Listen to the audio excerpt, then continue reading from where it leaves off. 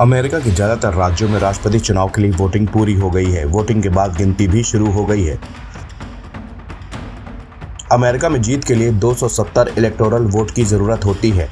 ताजा जानकारी मिलने तक डोनाल्ड ट्रंप 52% से ज्यादा वोट लेकर 210 सीटों पर आगे हैं। वहीं कमला हैरिस 112 सीटों पर बढ़त बना चुकी हैं। हालांकि अभी फाइनल नतीजे आने में कुछ समय लग सकता है, क्योंकि अमेरिका में शुरुआती रुझानों के पलटने का भी इतिहास रहा है। आइए जानते हैं कि फाइनल रिजल्ट यानी कि विजेता के नाम का ऐलान कब तक हो सकता है। अमेरिका एक बड़ा देश है और अलग अलग टाइम जोन की वजह से मतदान के समय में फर्क रहता है। भारतीय समय के हिसाब से बुधवार सुबह को अमेरिका में वोटों की गिनती शुरू हुई है। शुरुआती रुझान भी मिलने शुरू हो गए हैं। हालांकि फाइनल नतीजों पर आना जल्दबाजी होगी, क्योंकि कई जगह मुकाबला कड़ा है और कम अंतर के चलते कुछ जगहों पर रिकाउंटिंग भी हो सकती है। बीबीसी की रिपोर्ट के मुताबिक राष्ट्रपति चुनाव के नतीजों में सबसे ज्यादा दिलचस्पी वाले राज्यों की बात की जाए तो जॉर्जिया में मतदान अमेरिका में मंगलवार शाम 7 बजे यानी कि भारत में बुधवार सुबह 5:30 बजे बंद हुआ।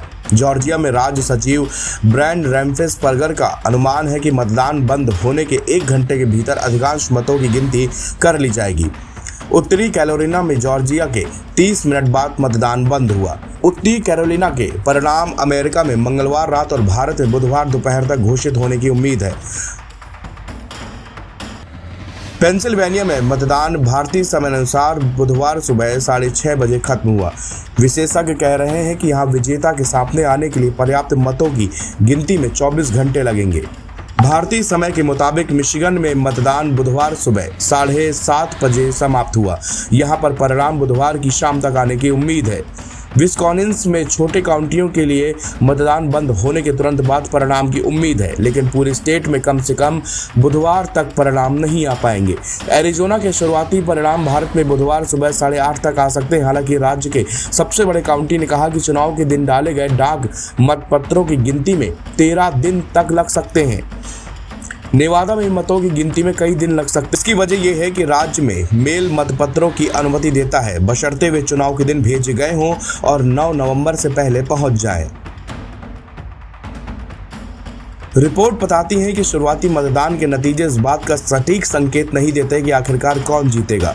2020 में चुनाव की रात को ट्रंप कुछ प्रमुख राज्यों में आगे चल रहे थे, लेकिन मेल मतपत्रों की गिनती होने पर बाइडेन उनसे आगे निकल गए। साल 2022 के चुनाव में चुनाव के दिन के 4 दिन तक बाइडेन को विजेता घोषित नहीं किया गया था।